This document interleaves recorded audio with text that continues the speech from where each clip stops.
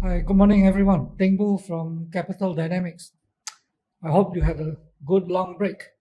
September has been a month of holidays, and holidays. And of course, traffic jams and traffic jams.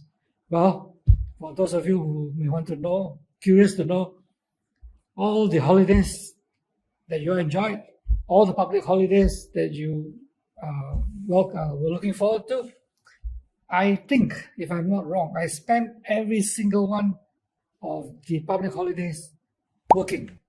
I actually came to the office every public holiday. So I guess you may be asking, why am I doing this? Am I a masochist? Or is it because I got nothing else better to do? Well, I guess it's got something to do with today's topic. I'm 71 years old. Why is a person like me, who is 71 years old, trying to be a semiconductor expert? At 71 or around there more or less, you'll be thinking of, you're really retired, right? Slowing down, playing golf, going to hobbies, having coffee with your friends, day in, day out, or maybe just sitting at home watching TV nonstop. Instead, at 71 and growing older, I'm actually training myself very hard and making myself to become a mini expert on all things semiconductors. Why? Do I want my gray hair to grow gray faster? Well, let's find out. Let me share with you. What would you do at 71?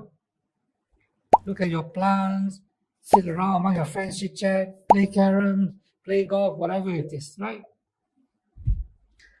I'm not doing any of that. Instead, I'm working hard, training myself very hard to become a mini expert in the semiconductor industry. It could be IC design, gallium nitride, silicon carbide chips, advanced packaging, cooling liquid for data centers, silicon photonics, RISC-V, all kinds of bonding machine, or how the Chinese competitors, the form factor from America or Texas Instrument from America or Advantest from America will succeed. How is China going to catch up on and even overtake America in semiconductors?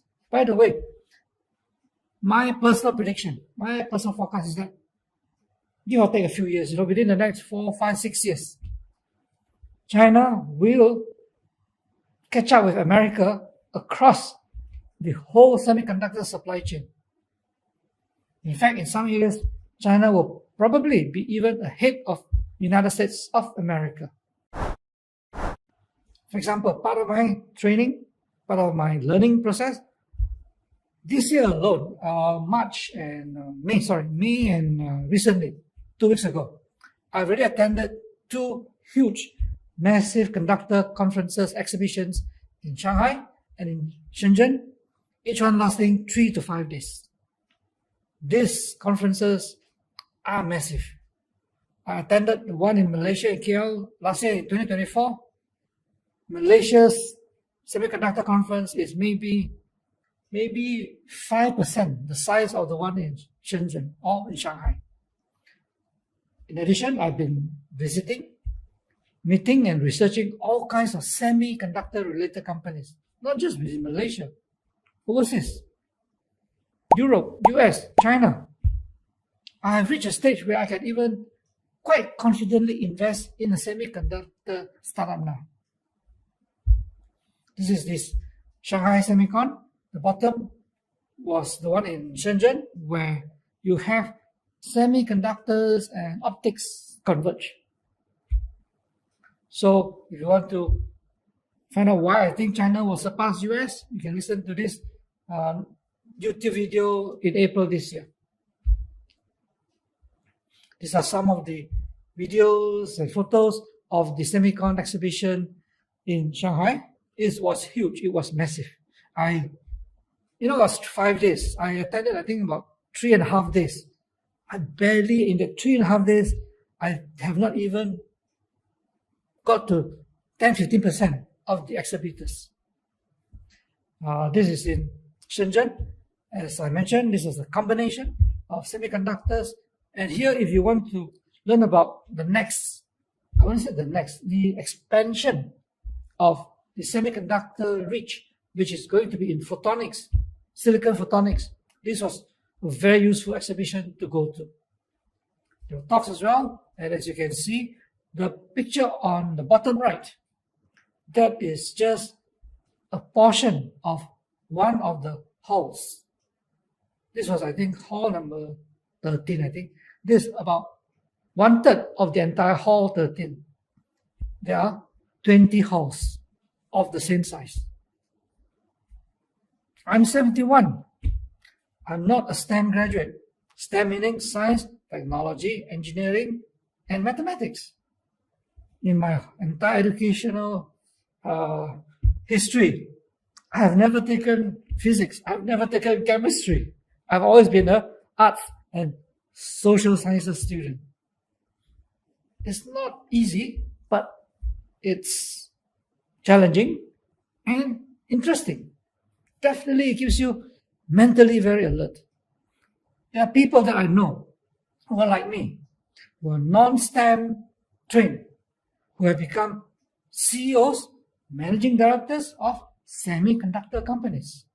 The CEO of Broadcom in America, one of America's most successful semiconductor company, the CEO is a Malaysian Chinese from Penang by the name of Tan Hao Eng. He is not a STEM graduate.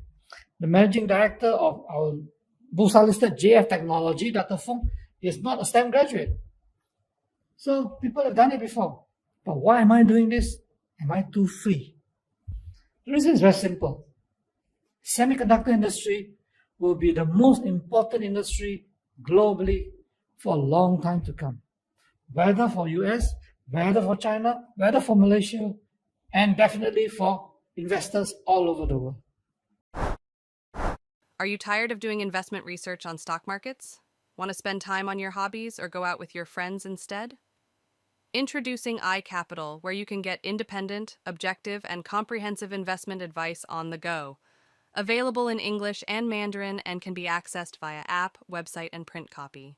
We provide thorough, first-hand research-based findings on listed companies, economies, and stock markets, and clear perspective of how markets interact and how they influence investments, as well as provide Malaysian and global stock recommendations, stock portfolios with outstanding performance to follow. Subscribe now to iCapital for stock news. From only 49 ringgit a year, start investing like a fund manager. Subscribe now at www.icapital.biz. Now let's look at this index. When we compare these major indices, this one is the semiconductor index, semiconductor and semiconductor equipment index, and then you have the emerging market, the MSCI EM, and one yellowish, brownish in color, the MSCI World Index, which is covering most of the stock markets throughout the world. So if you look at it from 1999 up to now, the semiconductor index has outperformed the emerging market index, the world index, by a huge margin. But what is interesting is this. From 1999 2000 up to 2001, the semiconductor index was more or less the same as the world index and actually behind the emerging market index. In 2021, 2022, all the three indices paused and fell somewhat. After that, in 2022, you notice the blue line, the MSCI Semi Index, shot up. And I mean, it's gone sky high. So the question is, will the semiconductor index continue to perform better than all the other sectors? As I mentioned, right? Will this strong performance continue? And if so, why? Why will it continue? Let's take a look. Now, this huge rally in the MSCI Semi Index from 2022 was driven by a few major factors. Not a single one, a few major ones.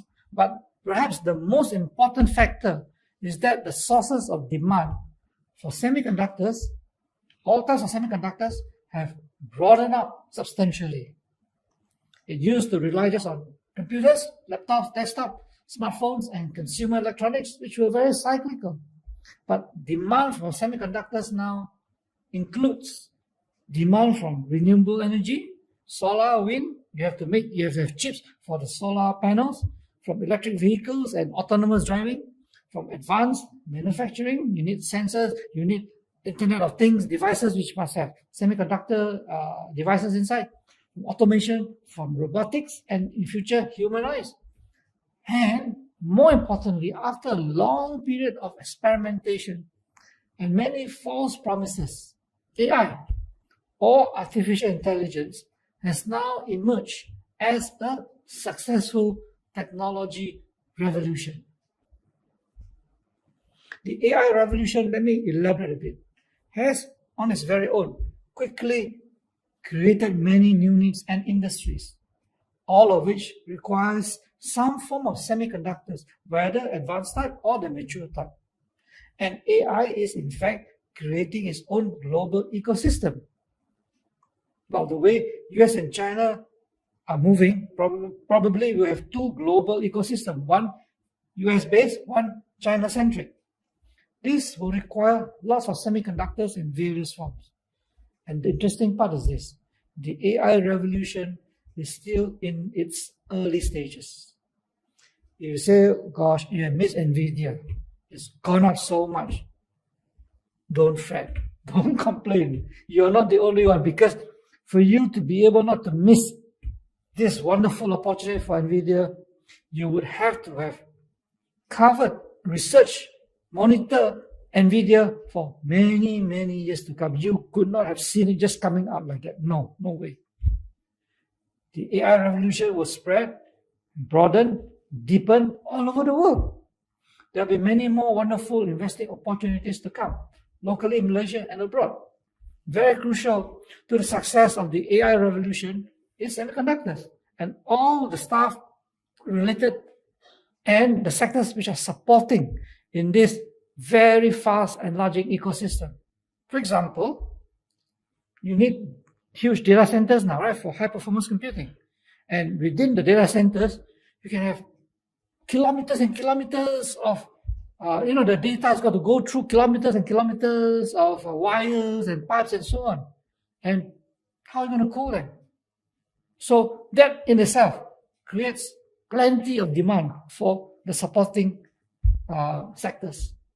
So as an investor or businessman or CEO, you need to understand and be familiar with semiconductors, whether you like it or not.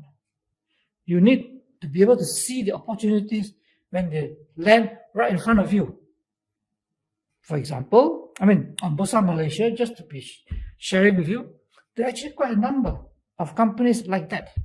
And often, these will be long-term investment opportunities. Secondly, the geopolitics, the battle between US and China is providing an unusual source of growth and investing opportunities for all things related to semiconductors. Now, this area, to be honest with you, is complex and fast-changing and fluid. But you track it, you understand it, you can get a good feel, you can get a good sense of where the opportunities are. Understanding semiconductors will certainly help you navigate the very exciting investment opportunities that will be thrown up again and again. For example, the sanction by America on a certain technology to China, or ban by China on the purchase of American semiconductor-related products. This will create investment opportunities, either coming from stocks listed on China's or American stock markets, or even from the KLSE. Because maybe you have not paid attention in the past, a lot of the headlines have been about, for example, the Chinese companies setting up semiconductor operations in Malaysia, or the Taiwanese companies expanding in Malaysia, or the Korean companies, or the American companies. So they're there. Just need you to understand, to follow, and then you will be able to appreciate the opportunities unfolding in front of you. The Malaysia semiconductor industry and the KLSE will benefit from the spillover effects of this huge geopolitical battle. The question is this: how can you spot them?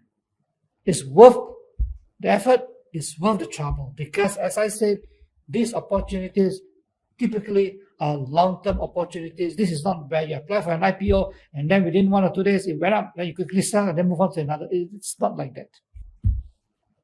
Thirdly, the semiconductor industry has historically been very important to the Malaysian economy via its impact on exports, employment, and the ability to move up the value chain from low skill, low wage to high skill, higher wage.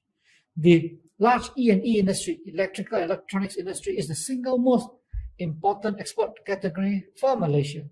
As you can see in the diagram, the blue line is the exports of E&E products from Malaysia as a percentage of Malaysia's total exports. The red line is semiconductor. Semiconductor is a subcategory within the E&E category. So you can see from 1978, right? E&E went up to about, in 2000, it reached 2000, around there, it reached a peak of about 61% of Malaysia's total exports. Along the way, semiconductors climbed, not as rapidly as E&E. But what you notice is from 2000 onwards, E&E sector as a percentage contribution to Malaysia's exports has shrank rapidly, while that of semiconductors fell a bit and has continued to increase consistently. The E&E sector shrank because of the traditional export products like fan, air condition, fridges, and all those things, right? Semiconductors is semiconductors. So going forward, looking over the next 5, 10, 15, 20 years, the semiconductor category will dominate the E&E, and the exports of semiconductor items from Malaysia will be the single most important export item for the entire economy. Now, what is significant is that within this circular trend, right, where E&E has been dropping but semiconductor has been increasing, you find that because of its global nature, because of its rapidly transforming nature, the Malaysian semiconductor industry will continue to expand and will actually increase in importance. Without the global semiconductor industry in Malaysia, which was actually started and developed by Dr. Lim Chong Yu, Malaysia's economy now would be very similar to the Philippines. So thank God Dr. Lim Chong Yu devoted a lot of efforts to make sure that the E&E started in Penang way back in 1972. In the coming years, semiconductor and its supporting and related sectors will be fundamental to the Malaysian economy. Whether the MNC semiconductor firms or our locally owned semiconductor enterprises, they will be driven, their growth, their demand will be driven by the fast-changing and broadening AI revolution, US-China relationship, rising demand for EVs, continuous demand for renewable energy, advanced manufacturing, high-performance computing, and new form of consumer electronics, not counting things like robotics and humanoids. So fortunately, under Malaysia's fourth Prime Minister from 1982 to 2003, the Malaysian government neglected the semiconductor industry. The Malaysian government did a lot of stupid, nonsensical policies and projects like heavy industry, Highcom, Berwaja, Kira Cement, all bankrupt type of ideas, and then focus a lot on white elephant type of infrastructure, and neglected. Yeah, we did somewhat, but neglected to focus on semiconductor industry. In the same time, the late 80s, don't forget, Malaysia started to focus on the semiconductor industry much earlier than Taiwan. TSMC was only set up in 1987. But while Taiwan totally can't be bothered to start a national car industry or steel industry, Taiwan devoted all their resources on semiconductor, the industry of the future. Of course, they had the brilliant minds like Maurice Chang and other people to advise them. Our Malaysia's fourth Prime Minister, of course, he thinks that he's the smartest, arrogantly, and foolishly, and he was advising himself, so he focused on the wrong sectors and we ignored the semiconductor sector. So why I'm pointing out this to you? Because fortunately, the current Malaysian government under Prime Minister Anwar has very quickly recognized the vital and strategic importance of the semiconductor industry to Malaysia's economic future.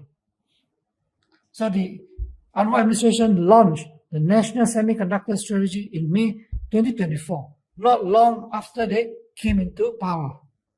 So this is an important strategy. There are many other policies that have been implemented to enhance the whole semiconductor ecosystem in Malaysia. So I said we are doing the right thing. We are emphasizing, focusing on the right industry. The Sarawak, the Selangor, and the Penang governments have all correctly jumped on this bandwagon. Now, even if we only partially succeed to achieve the many objectives of the NSS, this semiconductor industry in Malaysia will be the single most important driver of the KL stock market and the Malaysian economy. Frankly, I really look forward to the day when our KL stock market will have more semiconductor-related IPOs instead of that usual run-of-the-mill property or construction or retailing IPOs. Just look at the US and the Chinese stock markets. They're booming. They're booming because it's driven by the semiconductor industry, including AI. So I will not be exaggerating when I say that Malaysians investing in KLSC, in the KL stock market, will need to understand more and more about this vital industry, both locally and globally. Unless, of course, you're willing to forego excellent investing opportunities. Now, which is why at 71 years old, without having any background, any training in physics, maths, and engineering, I'm diving deep into this very important industry. So you can ask me this question. If I want to learn more, you are convinced by what I said, you agree with me. If I want to learn more about the semiconductor industry, who can I turn to? Where can I go to? Of course, you can go to the internet, search. You can go buy some books, online, physical books. You can go to seminars, you can go to conferences. If you have some training, of course, getting a book and read, that would be great. But if you're like me, who is just an ordinary investor, right? Who has some common sense, who has some determination, has some commitment, who is convinced with the exciting prospects of the semiconductor industry, there are many ways and easier and effective ways to go about it. So let me share with you one method. Track 1 of the 2025 Investor Day on Sunday, 16 November, held at KLCC. Why am I pointing this out to you?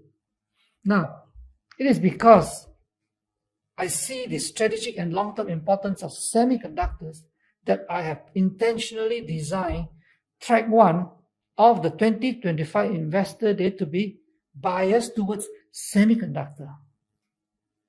I'm not talking about some data center operators or property developers cashing on this. That is a kind of a one-trick pony type of investment. I'm talking about investment opportunities a lot more interesting, a lot more exciting than this, both locally and overseas.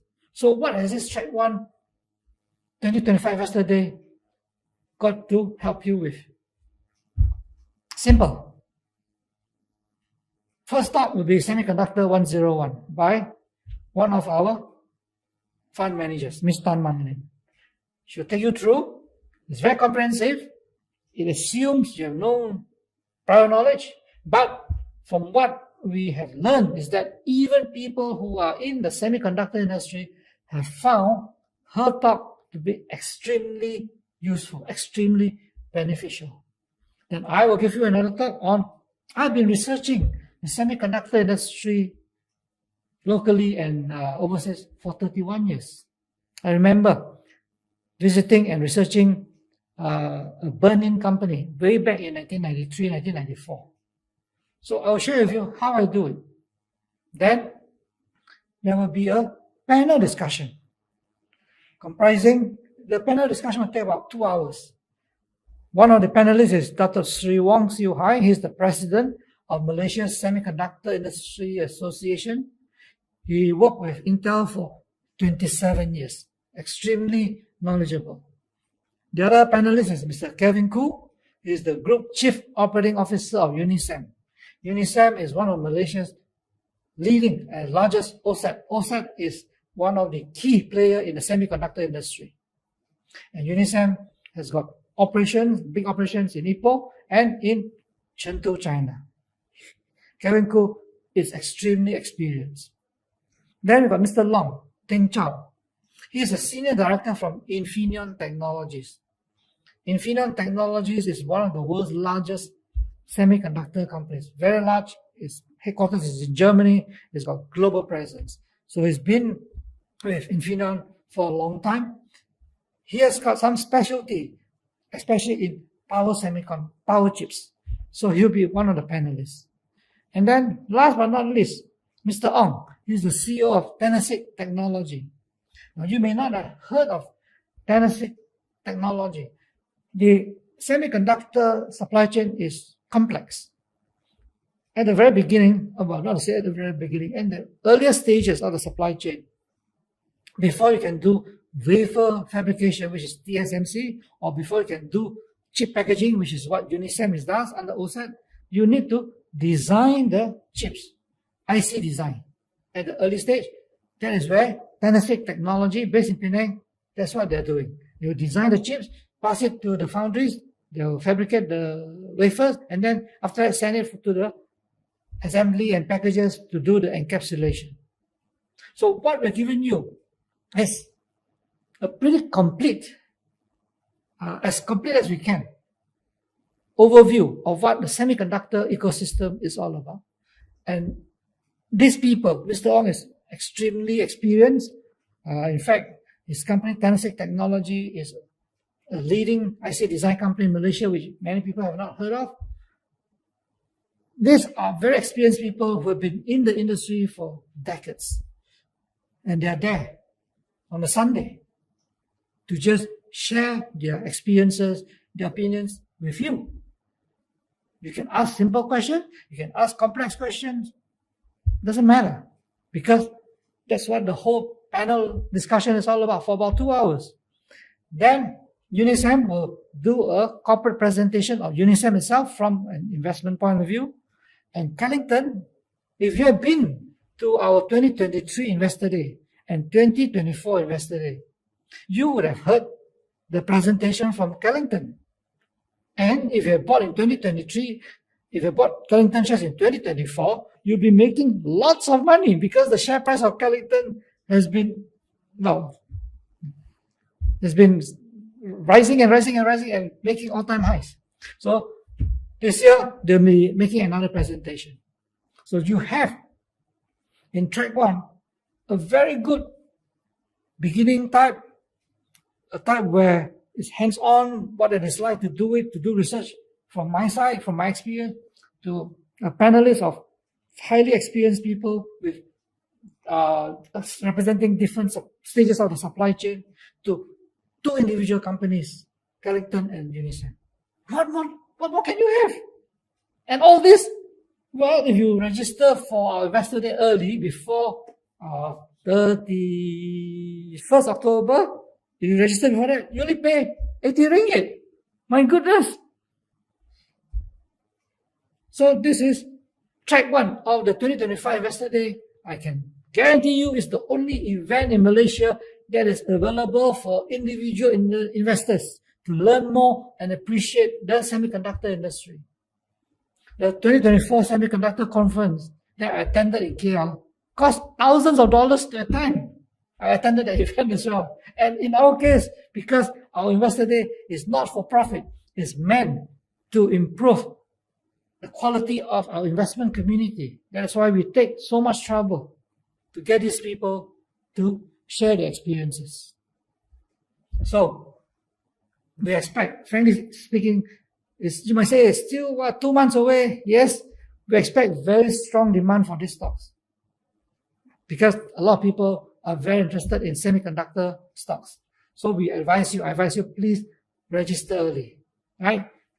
It's, like I said, 80 ringgit, which is maybe 2-3 cups of latte.